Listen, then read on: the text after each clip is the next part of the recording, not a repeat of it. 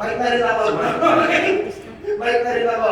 Share lang ako dito guys. Medyo nasira kasi yung TV namin. Di ba? Kita mo, di namin mapakita yung mga picture, pero pwede ko pakita mamaya. May sikreto lang kami. Kumabaka na ito. Dubai to Dubai. Hello, Dubai? Yes. Anong pilito niya? City? Humble, ah. Humble, Tom. Kung ng mga tao ng mga bago, share lang ako, bago. Sige na, okay. Taas kamay. So meron, meron naman. May share lang po ako, kung baga, sana po huwag natin pagkalit sa labas. Kasi nag-start po ako sa Gato Industriya 17. Kita naman, di ba? In short, 17 ako nag-start. Wala pang social media nun. Ako po yung mentor ni Sam Gasosa, ni Ares, front row. Bawal na pala magsalita ng buhay niya ngayon. Pero okay lang, kaibigan ko yung mga yun. Okay, tapo rin yung isa ng Philippines, Billy Del Fuente, ako rin po na mentor doon. Di ba? Si PV Wascate, sikat na rin yun. At si JC Premier, of course doon. Minsan, pwede ko sabihin eh, kasi totoo eh. Alam mo yung sikreto namin, namatayan lang po ako ng kapatid, kaya nag-stop ako. Pero wala pang front row, wala pa yung mga SN kasabayan ko. Sa akong kailan, una kong company legacy for life. Hindi ko alam kung ano mo. Anong sa Marta Piton? Dead Vision in Life. Ang unang company na naging fight sa akin, nag-try ng ikita po ako, Kaizen Portal. Yamato. Hindi ko alam kung pamilyar pa kayo doon. In short, ito po yung pinababa namin. Pakibinta lang ha. Anong basa ko? Right! Yan. Yan naman talaga eh. Paano nasabi? Political family po kami sa QC. Kahit kailan, di ko isipin na gagawin ko ito. Baduy na baduy ako sa ganito negosyo. Diba? Marami na sa... Totoo lang, real talk lang. Kasi thinking ko sa ganito, may benta na sabon eh. Nakuha. Hindi po na may parang balik na naglalaan. Di ba baduy? Yes. Diba? Ba't ko ginawa? Binaba ko. Binaba ko lang. Nagpo 400 to 500,000 po sa linggo at yung maliwala. Pwede mo kay Google, pwede mo kay YouTube, huwag mo lang ako i-YouPorn. Okay? Baka lumabas ako dyan. 17 po ako nag-start, COD.com ako nun. May kotse ko eh, may cellphone naman ako eh. Awa ng Diyos. Okay naman po kami. Diba? Pero ba't ko pa rin ginawa? Kasi COD.com ako kahit may pera kami. Ano ba yung COD.com? Check mo mamaya pag uwi mo. Baka picture mo nandyan. Ano yun? May kotse ka, may cellphone ka. Ang problema, care of daddy, care of mommy. Yun May lang. cellphone ka, cash of daddy, cash of mommy. Yan damit mo, hindi iyo. Tama ba na? Masakit pero totoo. Yun yung thinking ko nun. Para mo nila pala ako sa bahay.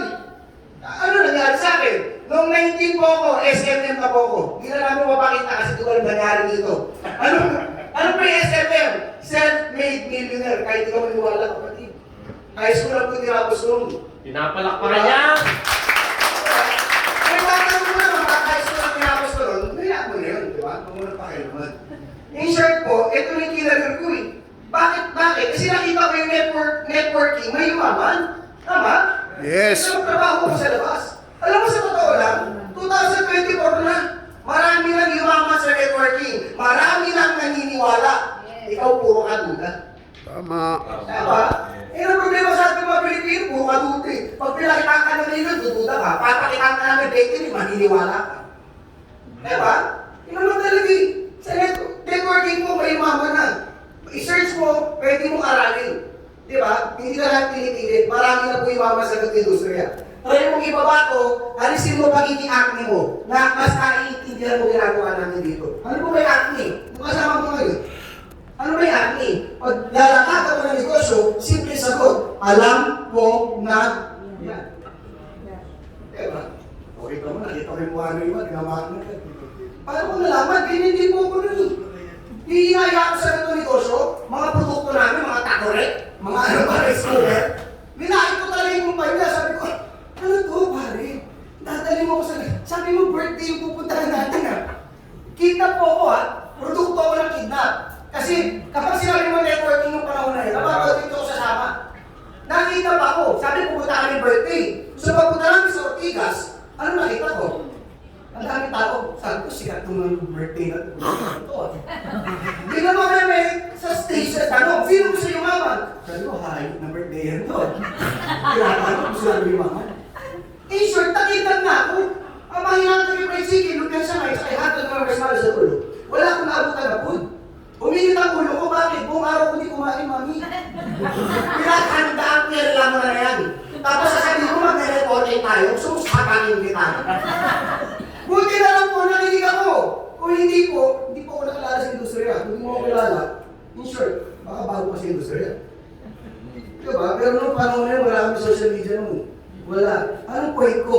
Binaba ko to, sumubok ako. Bakit? Isa lang buhay ko eh. Susubukan mo na lahat. Ako Yes. Di ba kasi masyado puro dude kapag may opportunity, duda dito, duda dyan, duda doon. Ano nangyari sa buhay mo? Di ba ka duda-duda na rin?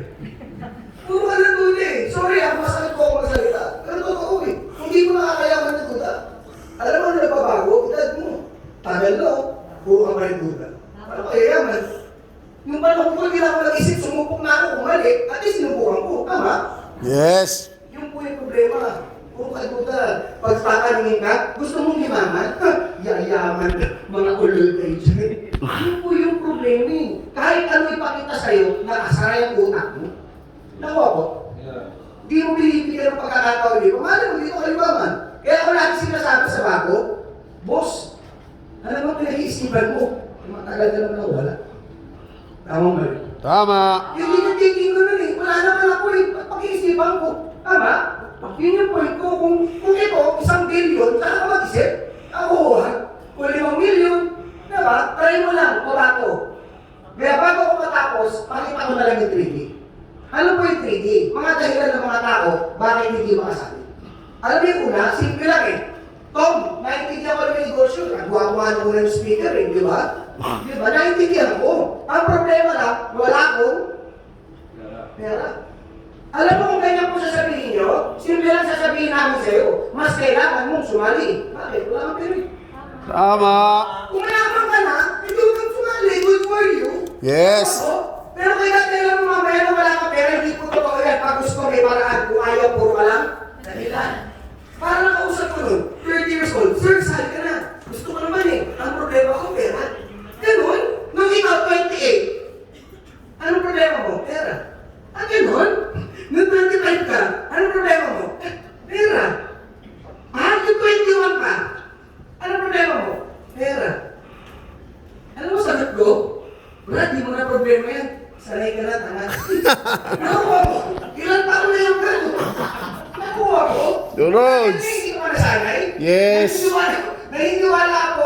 Parang ako nun, 17. Kung hindi ko ginawa ng pera, wala ako dito ngayon. Wala po ako sa industriya. Tama. Naniniwala ako. Yan 688 na yan. Madali ko ng parang ganyan. Naliman mo lang dahilan mo. Yes. Diba? Kunyari, bentahan ka namin sports natin, halaga. Mag-uunahan pa kayo, bibili niyo. Nakuha ko. Kasi alam mo yung value. Pero hindi mo makita value. Kasi mataas pa yung ganyan mo. Baba mo. Makita mo. Diba? Kaya huwag mo sasabihin wala kang. Lahat po tayo pinanganak ubad. Nagkakatalo lang tayo sa pagkuha ng pangarap. Yes. Tayo na sa secretary. Diba? Ano yung pangalawa? Sige na nga, gawa ko ng paraan. Hayop nga. Pero, hindi ko naman yung linyi. Hindi mo linya. Mukha ba linya namin to? Linya ba ni Paul Rabales to? Nag-isa to. Linya ba ni Aaron to? Si Dante? Linya ko ba to? Model ako. Diba? Ano? Anong point ko? Lahat po pwede matutunan at pwede karalin basta nila usapan. Diba? Tama. Bakit maraming doktor sa Pilipinas, doktor na, umalis pa ng bansa para mag-nurse?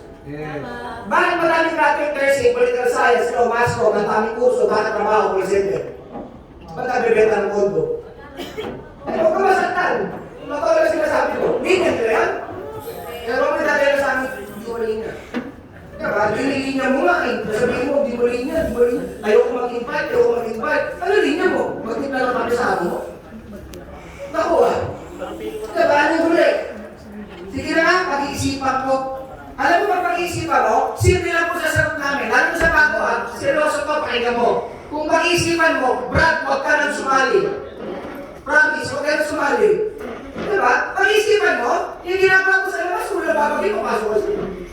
May sakit tayo sa tawag ng boss ko, nanginginig. Ano naipon natin sa labas? Sorry ha? May naipon ka? Utang. Diba? Yun ang scam.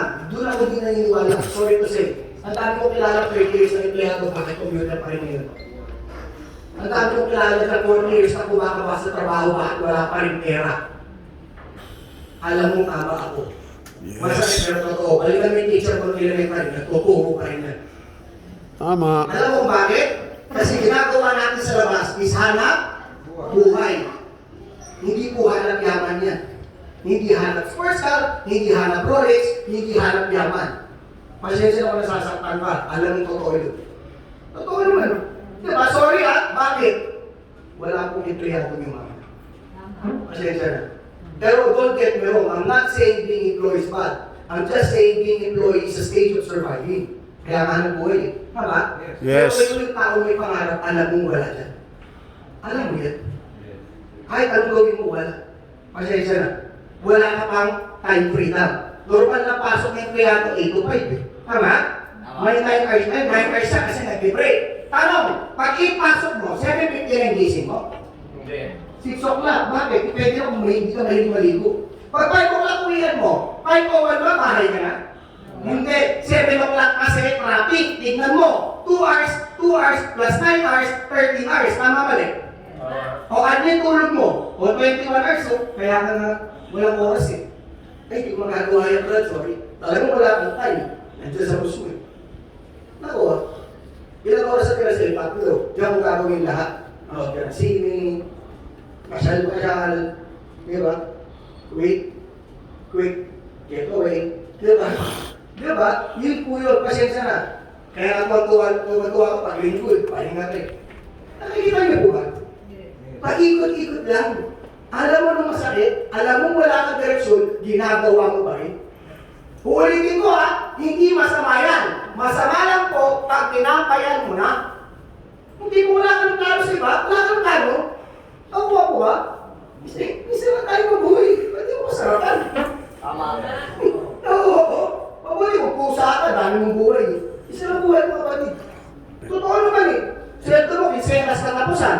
Iipunin mo yan, yung sahod mo. Iipunin mo, umabot ka lang ng?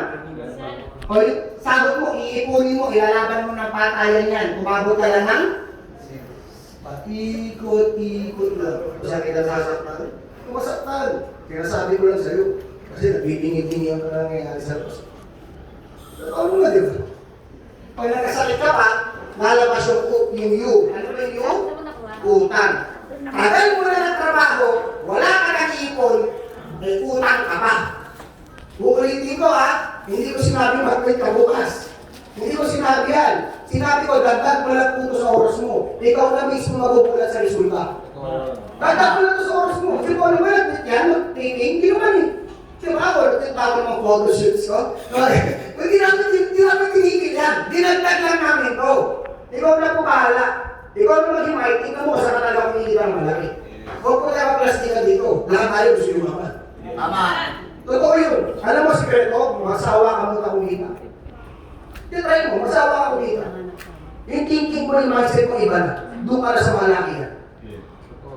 Diba? Kaya po konti yung mayaman sa Pilipinas, kasi mas marami mayaman. Pag o-opera mo ng negosyo, alam ko na yan. Kaya makikita mo, nakasabit sa jeep. Nakapila sa bus. Tama. Alam mo mag-commute? Diba? Masakit pero totoo. Nakuha ko. Bam! Ulitin ko. Ito po negosyo, simple lang. Huwag mong gawin komplikado. Diba? Kung nagustuhan mo, pagtulungan natin.